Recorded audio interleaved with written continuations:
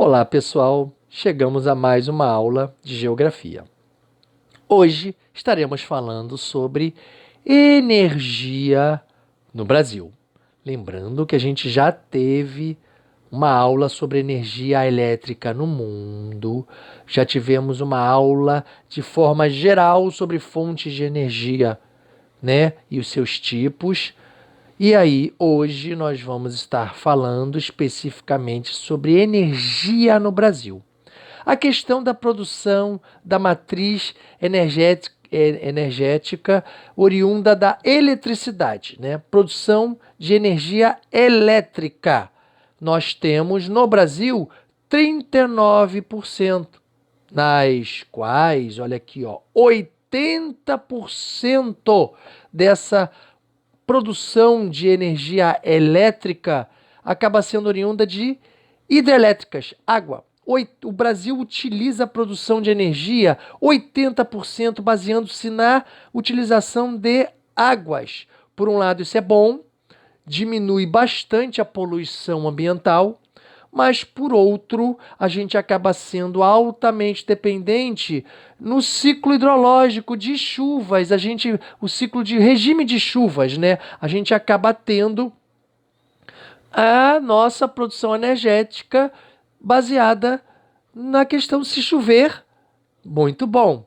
Se diminuir o ritmo de chuvas, a gente começa a ter que usar as nossas termoelétricas, aumentando o custo das nossas contas de luz. As nossas bandeiras, né, entre verde e amarelo, se começar a ter que ligar muito termoelétrica, porque está chovendo menos, por exemplo, o consumo vem aumentando no verão, por exemplo, a gente vê isso nas nossas contas de energia elétrica, bandeira vermelha logo vem, porque a gente tem aumentado o uso de termoelétricas. Então, custo, isso está numa aula passada. Se você ainda não viu outras aulas sobre a questão da produção de energia, você procura no meu canal, que eu estou explicando isso em outra aula.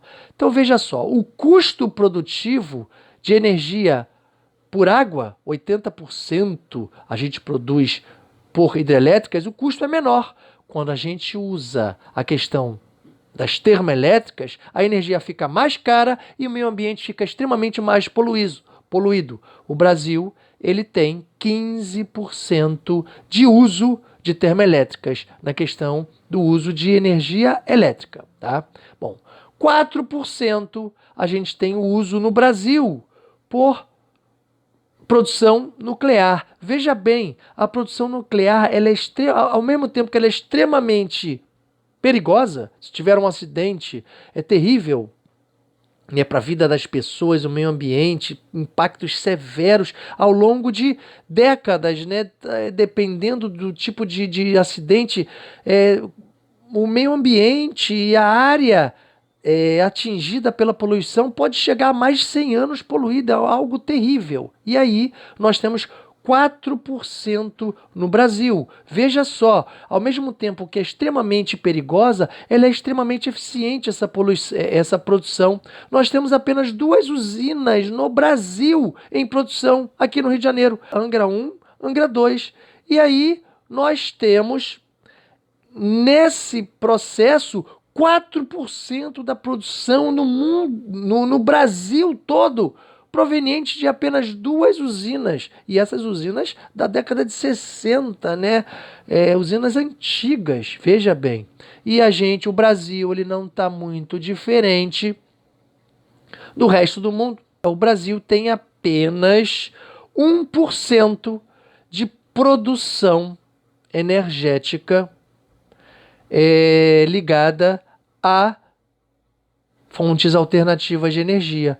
Não é muito diferente do mundo. Infelizmente, o mundo e o Brasil precisam usar mais as fontes alternativas de energia, porque são fontes menos poluidoras, extremamente menos poluidoras. E olha aí, o uso do Brasil também é bastante pequeno. O mundo também oscila entre 1% de uso dessas outras matrizes energéticas ligadas às fontes alternativas. Isso é um problema ambiental severo. Bom, a matriz energética petróleo, ela tem o seu uso em 32%, né?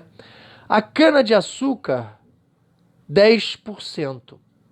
O carvão mineral, 5,5%. E todos os outros recursos energéticos, 3%. Se a gente pensar na questão do consumo, né, de eletricidade, quem consome mais? A indústria. Quase 50% do consumo de eletricidade no Brasil está ligado à indústria. As residências produzem quase 30%, consomem quase 30%, enquanto a indústria, quase a metade, as residências vão consumir 30%. Na questão da produção regional, a regionalização da produção da energia no Brasil. Bom, a bacia de Campos, lembrando que energia não é só elétrica. A gente tem energia, por exemplo, combustível, né?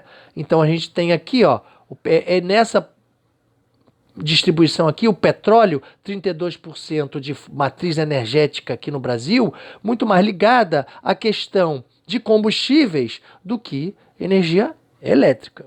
Nessa regionalização, a gente tem lá na bacia de Campos o nosso pré-sal, da onde a gente extrai o petróleo e nosso gás natural. Essa extração promete aumentar bastante a produção petrolífera, porque nós temos muito petróleo achado no pré-sal. Mas a nossa tecnologia ainda está avançando para que a nossa produtividade caminhe numa ampliação. A mesma coisa o nosso gás natural. Poderíamos extrair muito mais gás natural e a gente extrai muito menos do que poderia. A gente tem que ampliar a extração desse gás natural para diminuir a dependência, por exemplo, do gás natural consumido lá da Bolívia, né?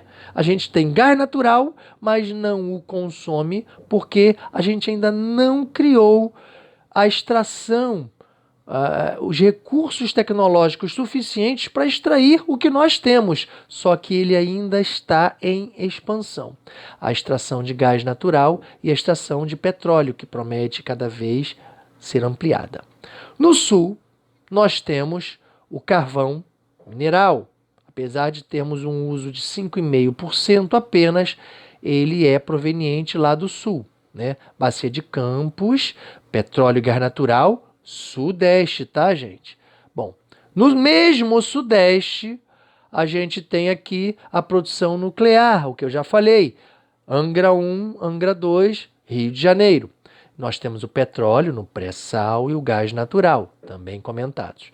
No Nordeste, nós temos a extração da cana-de-açúcar, na questão da energia do etanol. Também aproveitamos o bagaço da cana-de-açúcar para ser usado por queima nas termoelétricas. A gente não precisa queimar só o carvão, né, mineral. A gente também usa o bagaço como fonte energética de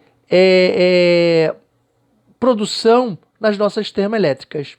E no norte, nós temos a nossa energia hidráulica. É no norte que tem a maior proveniência dos nossos 80% de matriz de eletricidade ligada ao uso, produção das hidrelétricas.